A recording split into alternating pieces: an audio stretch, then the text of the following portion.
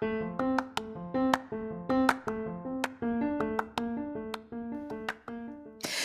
there, and welcome to the daily podcast where wisdom smacks us with kisses or love taps. I'm MichelleSpiva, a wisdom strengthening coach, your host, and practical priestess of wisdom. Mwah. Join us daily to gain wisdom and mental strength as we tackle innovative thinking, address emotional and behavioral life traps, and yes, provide you with some practical how to's to wrap it all up. So settle in or crank up the speed 2x, whatever gets your mental processes firing as we dive in. Stay tuned.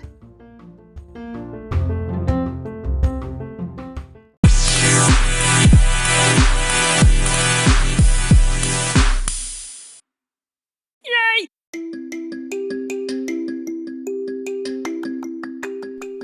Hey, it's MichelleSpiva, your practical priestess of wisdom. Oh, yes. And I want to welcome you to today's podcast of Wisdom Smack. Mwah. So, you know how we do around here. I'd like for you to stick with me because we're going to be taking advantage, oh yes, indeed, of the fact that we are on lockdown, and we're going to be wise so that when we emerge even better. So join me on the flip as we get to talking about some wisdom on how and what to work on for your personality. I said it. I'm talking to you and me. I'll see you soon.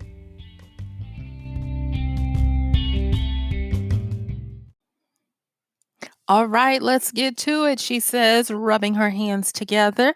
It is time for us to take advantage of this time that we have to start working on stuff that we normally don't have time to work on. And wisdom says it's better to be prepared now when you don't need it than to not be prepared when you need it. Okay? Well, yeah, that's just common sense. I think I'm being Captain Obvious. But anyway, let's get into it. So I was interacting with one of my nieces on social media, and she posted something that I found was very interesting. And I've talked about a lot of this stuff in different podcasts over the past. And I was like, you know what? It's time to revisit it. So today I want to talk about how we can continue to grow our personalities and why it's important. So, even though we are on lockdown, social distancing, and the like, one of the things that is really starting to show is people's either inability or rustiness when it comes to being personable and knowing how to interact with people.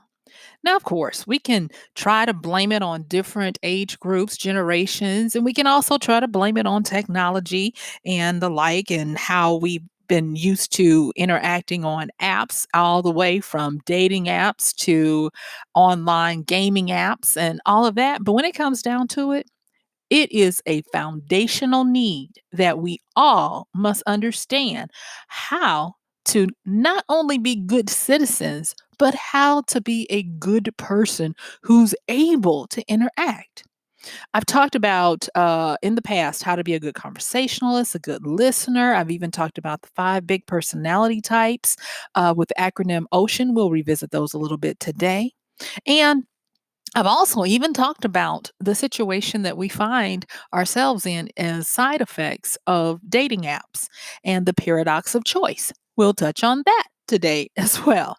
But right now, what I want to do is I want to give you the framework. Yeah, I think that's probably a good way of saying it. The framework to start working on who you are and when you don't necessarily get so dinged for it.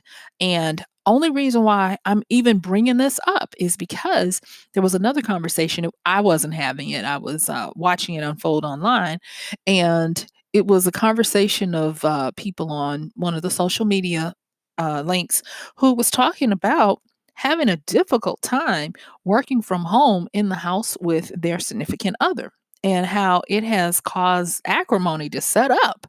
And the person wasn't sure how to change or how to get over the fact that a lot of stuff is starting to annoy them in their situation.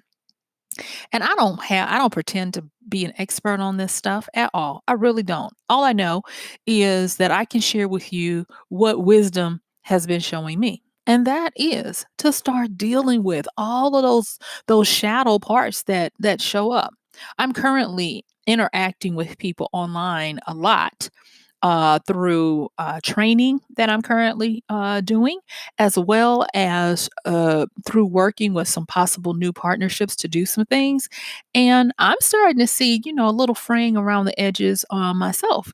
And so, why not share the fact that, hey, wisdom is here to help us? So, the first thing I want to deal with is the sense of stress and strain. We don't seem to realize that stress and strain of new situations do a lot to impact how we're able to handle ourselves and handle others. Things that normally wouldn't affect you tend to overshadow everything, and you get to the point where you start nitpicking and fixating on stuff that just drives you up a wall. And it is not necessarily that the person is doing anything new to irritate you. It's just possibly that because your environment has changed and now you are able to devote more attention to things that normally you wouldn't have time to, you're noticing, I don't like that. That irritates me. Or they always do that. Or my gosh, those types of things. It's kinda like when you, notice a repetitive sound, in your home that you used to not notice, but because it's now gotten really quiet, you notice it, and now it drives you crazy, those kinds of things. And I want you to be willing to, first and foremost, acknowledge that those things are there. Because one of the things we don't want to happen, we definitely do not want a situation to set up of contempt. Because contempt is the big daddy of destruction when it comes to relationships, whether it be romantic, work wise, um, children, family, relatives, friends. When there's contempt, there it's the death knell. It is where you start really having to look and see if there's anything salvageable. And so let me just give you a quick little vignette, not vignette, a quick little snapshot of ways to know if there is warning signs that you need to work on your personality. Okay. And so, with the personalities that we have, they're normally going to be an amalgamation of our disposition that is naturally ours, the impact of our environment, past and present, and the interaction that we have with other people. And I've said this in other podcasts, and I'll say it now. There are going to be personality types and expressions of personality that are going to try us. And some people know the personality types that they need to use a little more energy to deal with, and some people are oblivious. And right now, I'm going to say that it gets to the point where you have to get better at recognizing what triggers you, who triggers you, and possibly why they trigger you.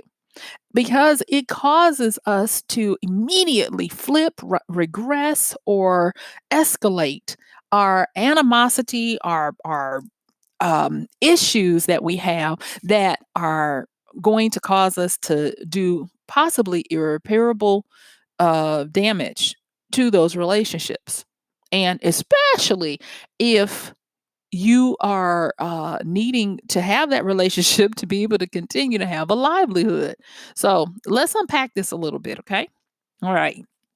So there are some general things that people will agree on with regards to personality.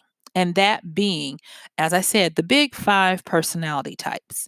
Now, it's a five-factor model, and the way to remember it is the acronym OCEAN.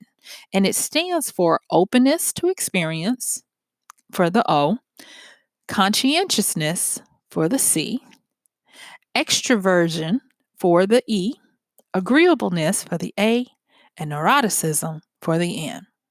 And depending on how open or closed you are in these different areas will dictate your personality and how you're perceived. And I don't know what it is, but it seems like every person that I've ever worked with who in corporate who was above me seemed to have a contrary, conscientious, and neurotic mix to mine. It was just like, oh, the micromanaging, the nitpicking, and all of that. It just would drive me. It would drive me just up a wall. And it wasn't until I started learning the 5 personality traits that it started clicking with me on how to quote unquote manage up, not punch up, but manage up, so that I could have a better relationship with these people as well as having the semblance of an agreeable personality. Okay. So let me go back really quickly and do a summary of what these stand for in case they are not obvious. So, openness to experience, that's usually going to be how inventive or curious you are. As opposed to how cautious or consistent you are. And my openness to experience, it veers more towards the curious and inventive side. The conscientiousness. Now, this is the part. This right here. And the reason why I'm giving a little pepper to this one is because for years this used to be the bane of my existence. I actually have family members where their conscientiousness level is quite different from mine, and depending on where you are on this slide, you will possibly think some people are not being serious or taking things too lightly or don't have a sense of urgency when that can't be further than the truth. So with conscientiousness, what it is on the one hand, it's how efficient and organized you are versus how easygoing and careless you may appear. And I'm going to say, just because someone is easygoing does not immediately equate that to carelessness. And that has been, in my experience, some of the contention that I seem to have with people who are very much into the efficient and organized. And the reason why I say that is because there is this thing that is coupled with that, and that is this high need to control not only them, but everyone. And they want everyone to be as tightly organized, if you want to say it that way, as possible. And just because you're organized does not necessarily mean you are efficient. I can point out many people who seem to be organized and they're just organized at being busy. They don't get things done. But they can tell you all the different whatevers, and but anyway, I digress. Let's move on because this ain't about my issues today. Well, yeah, it is, but you understand. Let's move on. So with the E, that extroversion, and it's like you think, is how either outgoing and energetic you are versus how solitary and reserved you can be. And extroversion has morphed into something else for me and a lot of people who are understanding that a lot of times people think they might be a closet extrovert, but it's really you're more ambivert, where you do fine when you're out in public, but you require and need your alone time. I mean, I'm one of those, and it was freeing to get that understanding because I don't receive my fuel from being around people all the time. I actually, when I have to do that, I need time to go and regroup alone and to get away. And so that was another something that I had to look at and realize that I had to tweak it. And when I did it, it helped me to understand my colleagues, my friends, and family members even the more. And because I started understanding it, I started understanding how to adjust accordingly.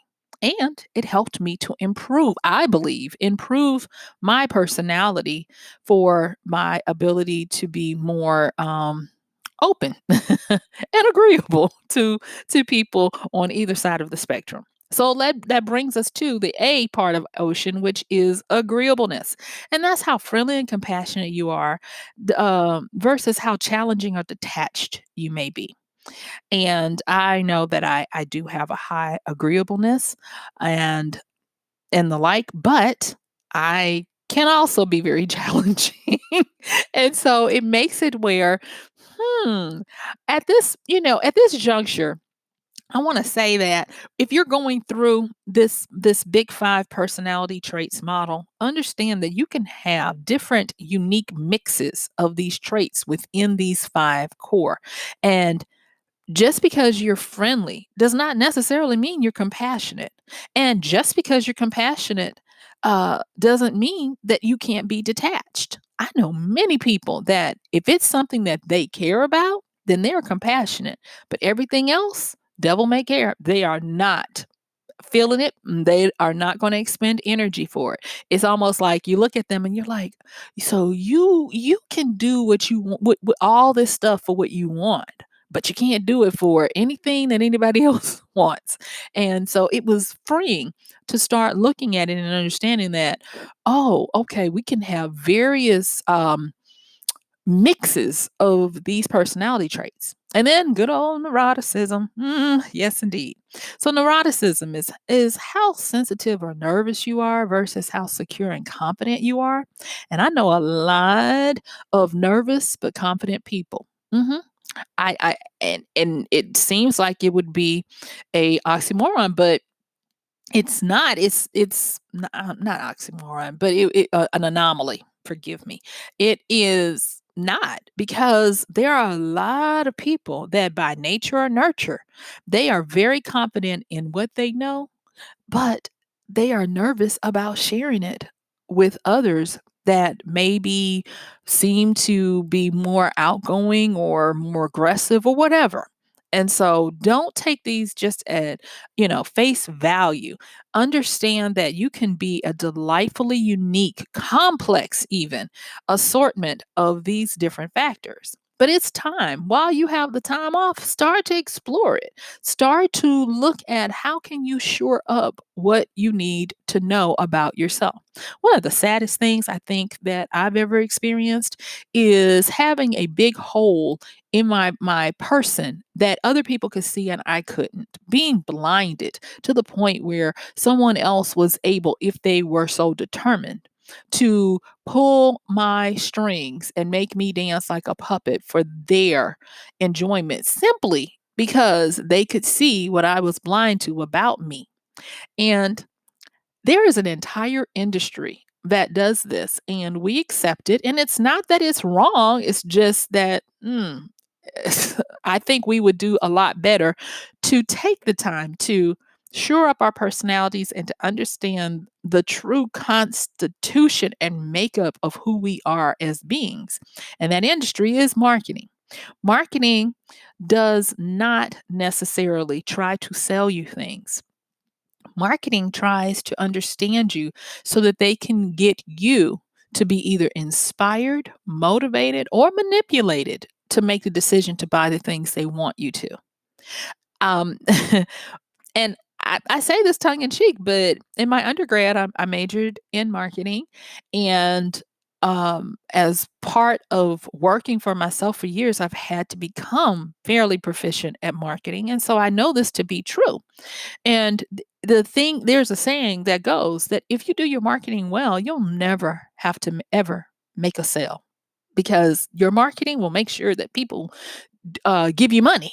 And um, it's a fine razor blades edge of falling off on either side that can't be good. But it is because so many people, and it's not that they're trying not to, but so many people, they just don't have the usual bandwidth or time to do the work that it takes to get to know yourself. But you do now. The average person does. And so it's a great time to take advantage of this. And so those are the 5 big personality traits that are usually agreed upon. And they are components that are used in a lot of personality profiles and the like. So I want to quickly talk about um, some social sexual personality points. Now, I'm not talking about the sexual personality that has been stated, like, the 11 types of how you give and receive love and intercourse and all of that. No, I'm talking about the social sexual personality. And I've mentioned this before. And this one's pretty easy because there's just two. And it was actually uh, mm, put together by a doctor out of California back in the 1970s when he was doing clinical hypnotherapy and started recognizing certain traits about himself and others, especially when he was dealing with people about who they presented as, meaning their personality or their public persona, and how they interacted with people around them. And he discovered that a lot of people took on the personality leanings of the opposing parent to the mother. And the reason why was because whoever the mother gave attention to was how the child would mimic so that they could get attention from the mother as well. Now, traditionally, it was denoted as being the father, but in some families, it wasn't necessarily the father. It could be another aunt. It could be a wife to a wife. It could be whatever. But whoever the opposing person was, that's who the child in their formative years unknowingly, unconsciously would mimic so that they too could have that interaction, that loving interaction with the mom. And he discovered that for the most part, not always, but for the most part, there were two types of people. And thus, it kind of gave credence to, opposites attract. So, on the one hand, you had people that were called physicals. And on the other hand, you have people who were called emotionals. Now, your physicals are going to be people who are very comfortable in their bodies and they are clearly and quickly able to tell what is going on with them when it comes to their emotions. Oh, they know if they're angry or hurt or happy or in love or regretful, jealous. They know it, and they can quickly articulate it. And the way they matriculate is they matriculate through the feeling of their body to express their emotions. They tend to love group work, and a lot of times they can be considered extroverted. Group activities include group sports. Like they're going to be the person who would love to be on a dodgeball team, you know, and when they gather, they love to gather in parties, whether they go to an outing or a club or whatever, they're going to like to do that. And they're really interested in their appearance because their appearance is going to be what ingratiates them to others when you first meet them. So, very very much, solid in their appearance. On the other side are the emotionals. And this term usually throws people off because emotionals can appear to be, yep, distant, closed, detached, cold, and they don't tend to show a lot of emotion. But the reason why they're called emotionals is because, unlike the physicals who can feel accurately what they're feeling in their bodies, emotionals tend to not. They tend to feel it in their minds, and they do a lot of processing mentally to try to figure out, what do I feel? And for emotionals, they are great chameleons. And the reason why is because up until about the age of 25, they have learned that everybody must behave like a physical if you're going to attract a mate.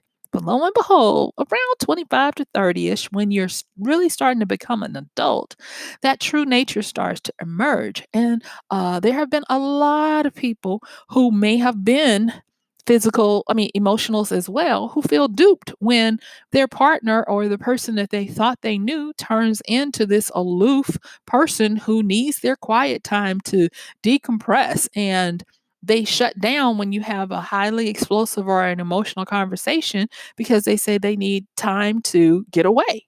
And Emotionals, you can usually tell an emotional if when there is something that's emotionally charged, they either can't think or they can't feel or they shut down and they go take a drive or they get away from the situation. And then you're like in your car, like, and this is what I should have said, and I should have did this, and I should because now you can figure out what you're feeling, what's going on with you. But it's and God help you if you are with a physical who is able to definitely know what they feel because they can tell you off, shred you up, throw you out, pick you back up, resurrect you, and do it again before you can even figure out what has happened. And so when you can start to figure that out, it's time for you to work on that part of your personality. See your traits, see who you've been attracting, see if you've been sending out mixed signals, and learning how to be more of yourself.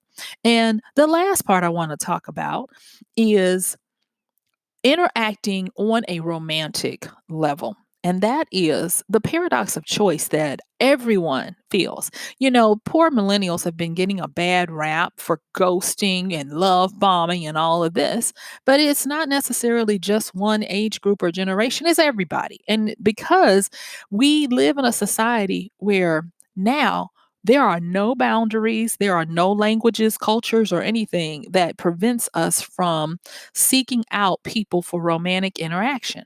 And because we all have these abilities to get online and use dating apps and all of that. And let me just say, fidelities don't care or don't matter either. You know, they've got sites whether you want to admit you're married or if you don't. So when you always have another choice, it's harder to accept and to stick with one because you're always feeling like maybe in the back of your mind, I can double up. I can do better. I can get something else because they're possibly just one click away. And so we've relegated our personalities when it comes to romance to being dictated by the same hormonal needs that gamblers have because there's that dopamine, serotonin a cycle that we're constantly going through of anticipation and satisfaction and trying to always get a bigger high. And so today, it is harder for people to be satisfied. The least little thing that happens, whether it be you have a disagreement or one day you look up and they're not as fascinating and as interesting as you thought they were yesterday, it gives people the ability to just leave and go start something new. And so in our trail, we started to have a lot of abandonment of relationships, and that starts to take a toll on your personality because you do become more vapid. You do become more shallow and surface. You do either become the optimistic who is flighty and always ready to move to the next one, or you become that abandoned, hurt soul who, if anybody smiles at you, you've latched onto them and escalated the relationship too fast, too soon. And so now that we are forced to be inside, it's starting to show. There are people who are willing to risk their lives for somebody to come and snuggle with them. And at first, I thought it was just about the sex. Nope, it's not. It's about the fact that there are gaping holes in our personalities that we would do well to shore up and take this time that wisdom has granted us to work on that. So, really quickly, how to start working on them? The first thing I want you to do is to start keeping a journal. And once you keep a journal and start writing down all the things that upset you about your relationships or your lack thereof, or anything that comes up, meditate on it and then start to have the hard conversations. Another thing is start to love how to properly confront because people the lost art of true confrontation and conversation and discussion is an area that we would all do well to up our skills in. One of the best things you can do is to understand that when you confront an issue that either you're exhibiting or that someone else is exhibiting, and understand that it is not because of anger that you want to confront this, but because of the desire to continue to grow with this person, You're going to be amazed at what you learn, and it's going to temper your tact so that you don't become accusatory, that you can remember to use your I words. I feel this way. I might have misconstrued this. I might have misunderstood. So you put the onus on yourself to discuss it with that person instead of accusing them because they can't. To the best of my knowledge, nobody can read your mind. Nobody knows exactly how you are or who you are because you are an evolving being. And then the next thing, after you learn how to confront and discuss, be willing to step outside of yourself to be more objective to see what you bring to the table. It's always been said that we judge, when we are using our intentions, we're pure, but we, instead of other people's intentions, we always judge them on their actions. Don't be so quick to think that someone knowingly did something to hurt you, impugn you, or whatever. Just because you think that they should know you by now does not mean they do. You have to take it upon yourself to teach and train in love the people around you, whether they be friends, family, co-workers, or the like, on how to interact with you. And in doing so, ingratiate yourself and humble yourself to be more accommodating, using those 5 personality traits, the ocean, understanding your social sexual personality, and being willing to submit to what other people have to say about your shortcomings and what they have to say about the holes in your personality that you might not be able to understand. And so I know this is not as deep as I'd like to go, but I am hoping that just by waking up to do these things and using them and growing them, that when you emerge and you come back out, you will be all the better for it. You'll be more attractive to people because your personality will have had a great and wonderful update. So guess what? Yep, my time is up. I thank you for yours. This has been MichelleSpiva, your practical priestess of wisdom, with another podcast of Wisdom Smack. I'm going to see you tomorrow. Bye.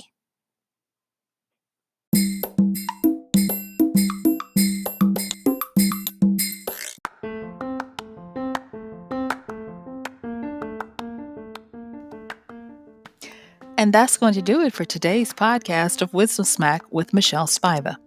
If you like this podcast, please help us get the word out. Like, comment, subscribe, and even share. And if you really like it, please help us continue to get the word out by considering using this show's link for Amazon. So when you want to go to Amazon and you do all of your general shopping, please use MichelleSpiva.com/AMZ. It's simple as that. It doesn't cost you anything extra, and this show might receive a little bit of commission that will go towards helping to further get these episodes out to you and to others. So thank you so much for listening. This has been MichelleSpiva with Wisdom Smack. Bye.